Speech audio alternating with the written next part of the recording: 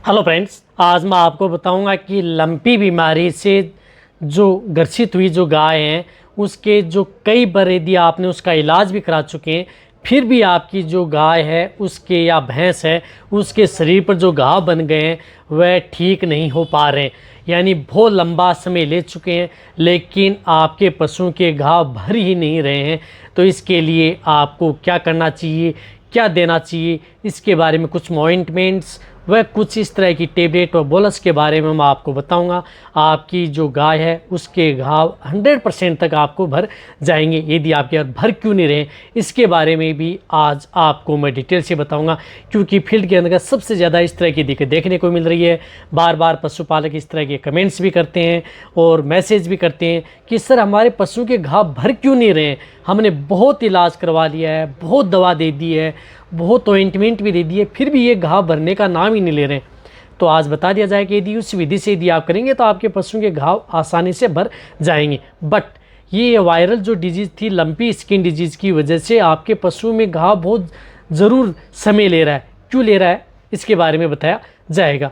यदि जो अभी नए आए हैं या पहली बार इस चैनल पर देख रहे हैं तो पहले आप इस चैनल को सब्सक्राइब कर लें, साथ में बेल आइकन और ऑल वाला ऑप्शन दबा लें, क्योंकि इस चैनल पर आपको सही और सटीक जानकारी के साथ वीडियो दी जाती है। एक और बताना चाहता हूं कि लंपी स्किन डिजीज़ के बारे में वेट पेट एंड केटल ये एक ऐसा चैनल था जो आपको शुरुआती स्टेज से लेकर के आखिरी स्टेज तक लंपी स्किन डिजीज़ के बारे में हर तरह की वीडियो आपके लिए लेकर के आया। क्यों लेकर के आया? क्योंकि हमने फील्ड के अंदर हर तरह के जो सिम्टम्स हैं वह देख के उसी के अनुरूप आपके लिए वीडियो लेकर के आए। यदि फील्ड में नहीं जाते तो पता नहीं लगता कि किस तरह के सिम्टम्स दिख रहे हैं, तो उसी के अनुरूप आपको वीडियो मिली और उसी के अनुरूप उनका ट्रीटमेंट भी मिला है। यदि लंपी डिजीज़ के बारे में यदि आपके पशु हो गए हैं तो उनका पूरी डिटेल से यदि ट्रीटमेंट करना चाहते हैं तो मेरे चैनल पर डिटेल से वीडियो बनी हुई है या उनका लिंक आपको डिस्क्रिप्शन में मिल जाएगा, वहाँ पर जा कर के आप देख सकते हैं। देखो, लंपी बीमारी से इसलिए घाव नहीं बढ़ रहे हैं क्योंकि जो एक वायरल डिजीज़ है, साथ साथ इसके अंदर क्या होता है कि आपके पशुओं के जो इंटरनल ऑर्गन है, आंतरिक अंग है, उसमें भी जो घाव बने हुए हैं, जो बाहर घाव दिख रहे हैं उसी तरह के घाव आपके पशुओं के इंटरनल ऑर्गन भी उसी तरह के घाव बने हुए हैं। तो जब से अंदर के घाव भर के कंप्लीट नहीं होंगे तब तक आपके पशुओं के जो बाहर के घाव है वह नहीं भरेंगे, चाहे उनमें 2.5 महीने लगें, 3 महीने लगें, 4 महीने लगें।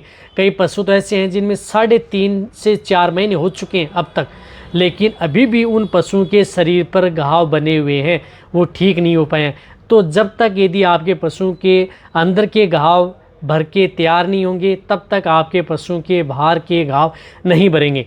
इस बात का आपको जरूर ध्यान रखना है। इसलिए यदि आपके पशुओं के बाहर के घाव हैं तो इसमें लंबा समय लगेगा, ज़्यादा घबराने की ज़रूरत नहीं है। रही बात इस बीमारी के अंदर ऐसा भी देखा गया है यदि किसी घाव से यदि ब्लीडिंग होना स्टार्ट हो गई है तो वह रुक भी नहीं रही है, बहुत ज़्यादा दिक्कत पशुओं में हो रही है।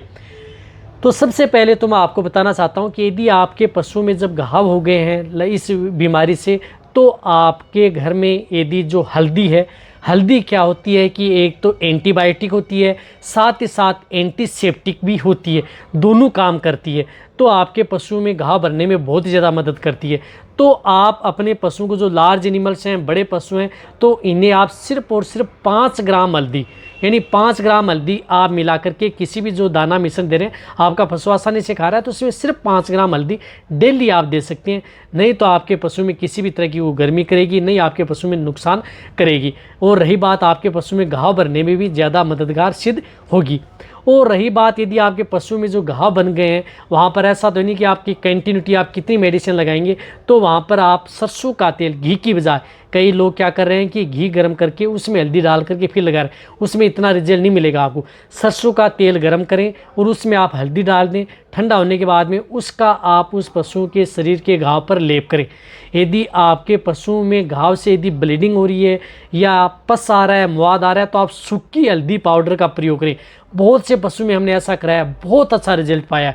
सूखी हल्दी का भी प्रयोग आप कर सकते हैं।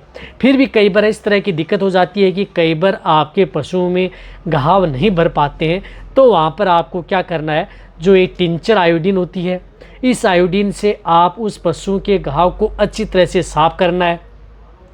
इस टिंचर आयोडीन से, इससे अच्छी तरह से साफ जब आपके पशु का घाव हो जाएगा तो वहाँ पर अच्छी ऑइंटमेंट का आपको प्रयोग करना है। अच्छी ऑइंटमेंट में जिस प्रकार से नेचुरल की आती है हिमेक्स ऑइंटमेंट, ये भी एक आयुर्वेदिक ऑइंटमेंट है, तो आप इसका भी लेप कर सकते हैं। घाव पर उससे साफ कर लें, उसके बाद में इसका लेप कर लें। हिमेक्स नहीं मिल रही है तो आप चर्मिल प्लस, ये जो आयुर्वेद की आती है चर्मिल प्लस, बहुत ही अच्छा रिजल्ट। दोनों में से कोई सी भी आप ऑइंटमेंट का प्रयोग करें, दोनों ही अच्छी हैं। आप इस चर्मिल प्लस का भी आप प्रयोग कर सकते हैं, बहुत ही अच्छा रिजल्ट मिलेगा। सुबह और शाम दोनों समय आप अपने पशुओं को लगाएं। दोनों ऑइंटमेंट में से कोई सी भी ऑइंटमेंट है, दोनों में से कोई सी भी आप एक प्रयोग कर सकते हैं। यदि आपकी तबीयत नहीं मिल रही है तो अच्छी कंपनी की अदर कोई ऑइंटमेंट मिल रही है तो उनका भी आप प्रयोग कर सकते हैं। लेकिन इनमें स्किन से संबंधित बैक्टीरियल इन्फेक्शन, वायरल इन्फेक्ट जो घाव है, उनमें इन ऑइंटमेंट का सबसे अच्छा रिजल्ट मिला है। प्रयोग करेंगे अच्छा मिलेगा। रही बात अब ये एक और शिकायत है कि इस पशु के शरीर पर जो घाव बन जाते हैं उससे आपका पशु जो बहुत ज़्यादा खाज खुजली करता है, जीभ से चाटता है, तो वहाँ पर आपको कुछ एंटीबायोटिक और कुछ आपको एंटी एलर्जिक बोलस का प्रयोग ज़रूर करवाना पड़ेगा यदि आपको अच्छा रिजल्ट लेना है तो एंटीबायोटिक के तौर पर आपको जिस तरह से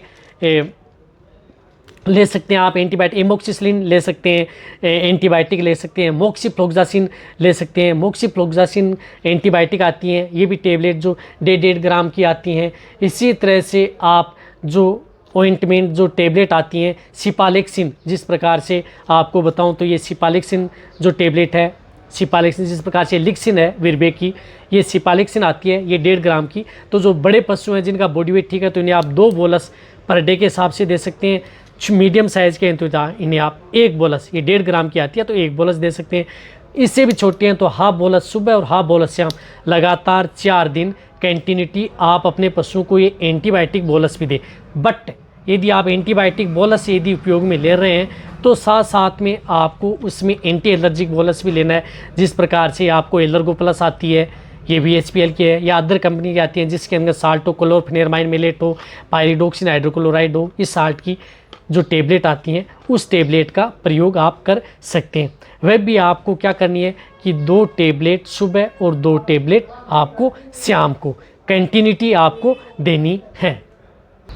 जो इस तरह की जो टेबलेट आती हैं, ये 2 टेबलेट सुबह बड़े पशुओं को, 2 टेबलेट शाम, लगातार 4 दिन दें। इससे आपके पशु में खास खुजली भी नहीं आएगी, नहीं आपका पशु में इस तरह की दिक्कत होगी। साथ में आप एंटीबायोटिक की टेबलेट लें।